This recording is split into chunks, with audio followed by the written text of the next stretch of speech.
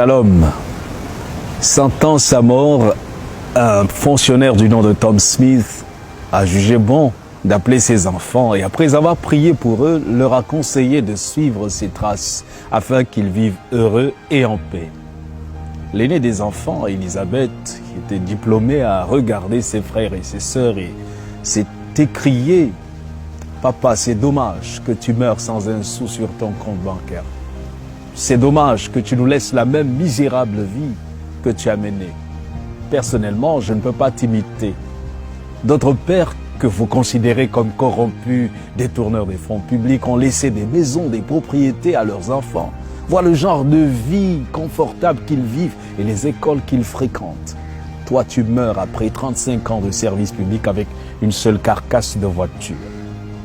Le seul honneur que tu as eu, c'est ce prix de meilleur comptable de la fonction publique avant même notre naissance.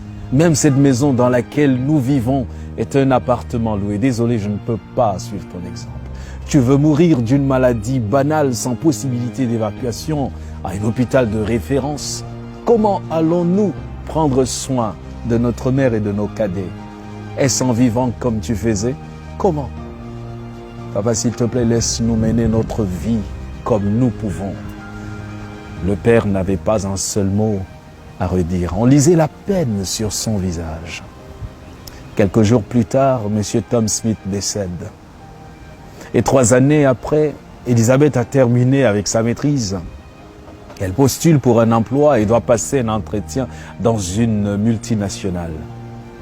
Le comité avait déjà sélectionné un candidat pour le poste très convoité, mais il voulait toutefois terminer l'interview de tous les autres candidats sur la liste, juste pour la forme. Elisabeth était donc en face des membres du comité de recrutement. Le président du comité a parcouru son CV, a hoché la tête et lui a dit « Salut mademoiselle Smith, parlez-nous un peu de vous » et Elisabeth répond « Je suis Elisabeth Smith. Mon feu père, Tom Smith, était le chef comptable régional de la National Insurance. Il a servi comme administrateur de la santé publique pendant de nombreuses années. » Mais le président l'interrompt. « Oh mon Dieu, vous êtes la fille de M. Tom Smith. Incroyable !» Il s'est tourné vers les autres membres et leur a dit « C'est Tom Smith est celui qui a signé mon formulaire d'admission à l'Institut des administrateurs agréés alors qu'il servait dans notre district. Et sa recommandation m'a placé là où je suis aujourd'hui. » C'était vraiment difficile de trouver à l'époque la signature d'un homme de son rang. Il fallait être riche pour faire signer le formulaire. Mais ce qui est étonnant, c'est qu'il a fait tout cela gratuitement. On ne se connaissait pas. Il a fait pour moi. Et 1 an après, je l'ai cherché à son bureau, mais il n'y était plus. Je n'ai plus jamais entendu parler de lui. Se tournant vers Elisabeth, il lui dit « Il n'y a plus de questions pour vous. Vous avez décroché ce poste.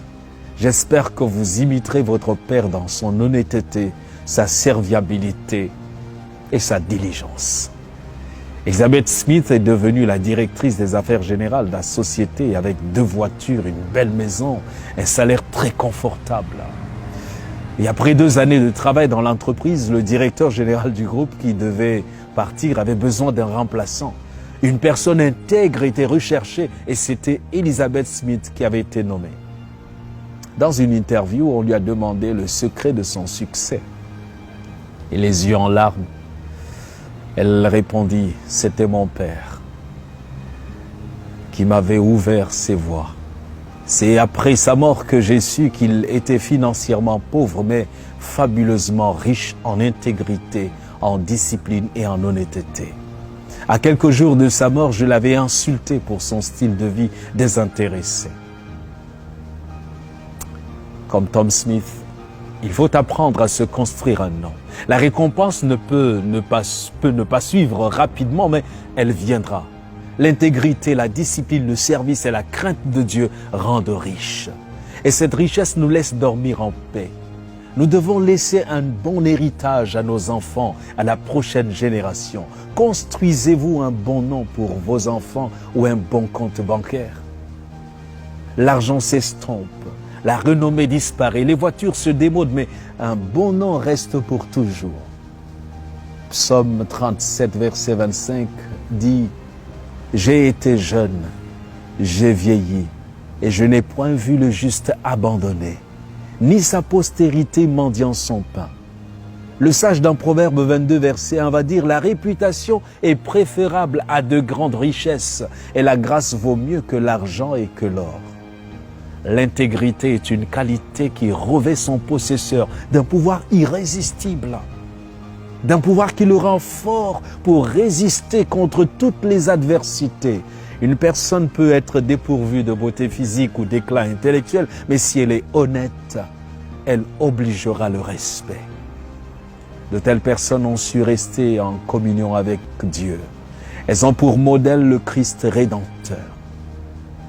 Avez-vous mauvaise réputation? Vous appelle-t-on escroc, menteur, voleur, tricheur, véreux, corrompu? Dieu désire vous transformer. Venez à lui tel que vous êtes et bâtissez-vous un nom. Soyez bénis.